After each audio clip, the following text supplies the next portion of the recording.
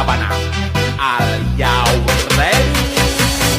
Kicau, kicau, kicau mania. Kicau, kicau, kicau mania. Kicau, kicau. Absennya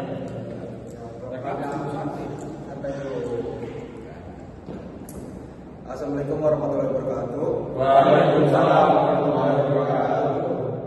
Kami dari kelompok Purwa ingin mempresentasikan tugas budaya Bina yaitu sistem penghidup udara. Perkenalkan, nama saya Baru Anwar dengan NIM 91205063. Saya Rifki Putra dan NIM 91205047. Saya Muhammad Rahmat Taala dengan NIM 91205067. Saya Firman Satrio Musarni dengan NIM 912025 tahun 51. Saya Jifaris Ibrahim dengan NIM 91202574. Saya Iwan Effendi dengan NIM 91205062. Perkenalkan, nama saya Reno Raditya dengan NIM 91205068. Saya Alvin sama dengan NIM 91202570. Jadi kami di sini dari kelompok 2 akan menjelaskan hasil kerja kelompok kami yang berjudul Air Conditioner for Big Building. Jadi video ini menjelaskan tentang AC yang berada di ruang besar seperti di gedung-gedung komersial. Pada AC gedung-gedung besar itu menggunakan sistem namanya sistem terpusat. Jadi sistem terpusat itu adalah sistem pendingin udara AC yang berada di gedung-gedung besar. Seperti contohnya ada di rumah sakit, di mall, di hotel, dan juga di tempat-tempat perkantoran. Dengan satu pusat pengendali yang untuk mendinginkan berbagai macam banyak ruangan.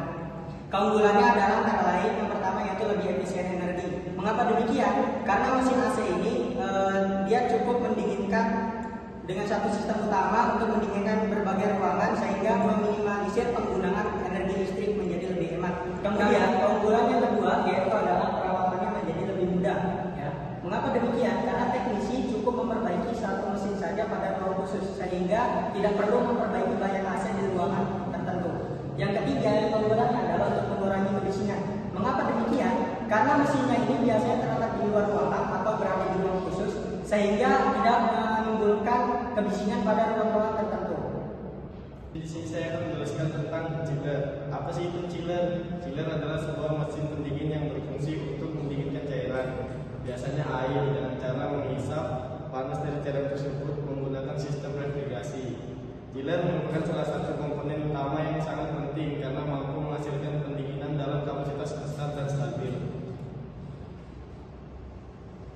Dan selanjutnya saya akan menjelaskan tentang terkait dengan chiller water, yang dimana chiller water ini masih berhubungan dengan chiller yang dijelaskan oleh rekan saya sebelumnya.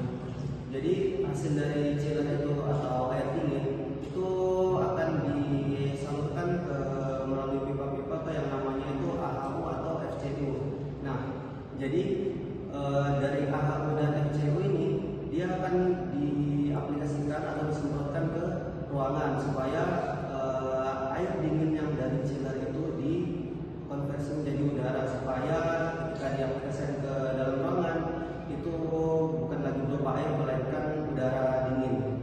Nah, setelah dia diaplikasikan ke ruangan, udara yang sudah tidak dingin lagi atau sudah naik suhunya itu akan diserap kembali ke dalam AC dan akan dilakukan proses yang berulang melalui chiller, dan itu akan terus berulang terus-menerus. Baik, di sini saya akan menjelaskan tentang menara pendingin atau cooling tower.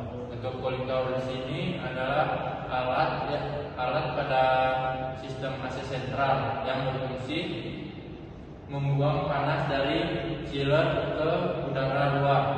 Lalu fungsinya itu ada membuang panas dari sistem AC, lalu mendinginkan air kondensor, terus dia menjaga efisiensi kerja dari chiller dan dia juga bisa menghemat energi. Nah, lalu di sini ada cara kerjanya, yaitu air panas dari chiller masuk ke cooling tower, lalu air disemprot melalui nozzle. Jadi nozzle-nya itu ada di sini, terus itu di sini ada kipasnya.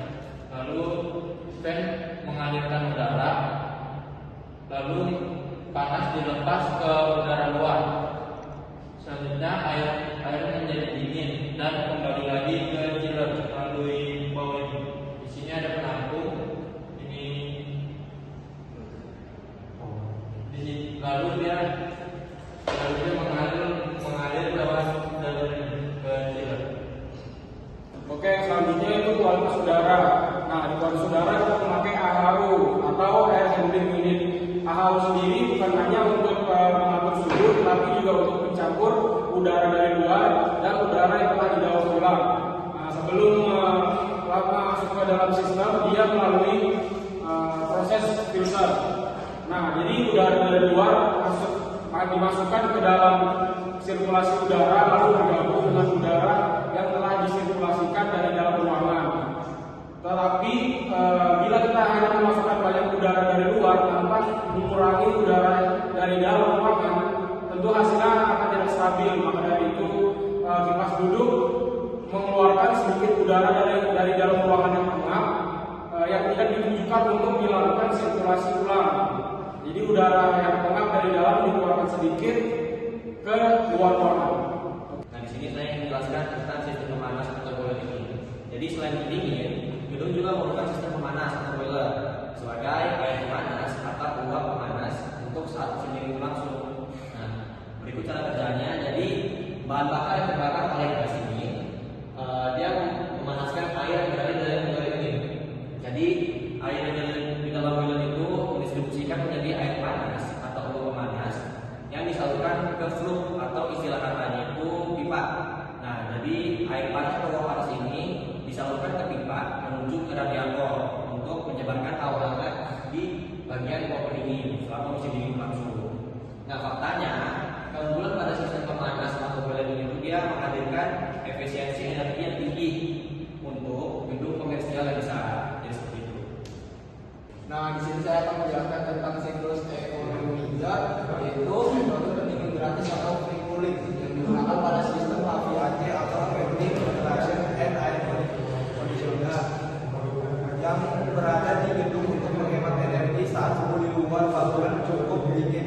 Adanya menjalankan siklus refrigerasi, kompresi yang boros energi. Sistem ini memanfaatkan suhu udara yang rendah. Nah, di sini ada dua metode utama siklus economizer yang akan dibahas dalam video. Yang pertama, water side economizer. Sistem ini memanfaatkan air dingin dari cooling tower saat musim dingin. Air dingin tersebut dialirkan ke sisi kompresi chillers dan katup ekspansi dibuka sehingga chillers berubah fungsi menjadi sekedar penukar panas atau heating exchange. Proses pendingin refrigerasi konvensional dilewati dan air dingin untuk di gedung tercapai, tak perlu jalankan kompresor. Dan yang kedua ada air safe economizer. Metode ini bekerja dengan memasukkan udara luar yang dingin secara langsung ke dalam sistem tata udara gedung. Dengan cara ini sistem tidak perlu lagi membuang energi untuk mendinginkan udara sirkulasi yang hangat di dalam gedung. Tapi penting untuk diperhatikan penggunaan metode economizer ini memerlukan kehati-hatian yang cukup tinggi dari teknisi dikarenakan jika tidak dikelola dengan benar, suhu yang dingin dapat menyebabkan cooling tower atau AHU membeku yang dapat merusak peralatan. Mungkin sekian presentasi dari kami kelompok 2. Kurang dan lebihnya mohon maaf. Wassalamualaikum warahmatullahi wabarakatuh. Al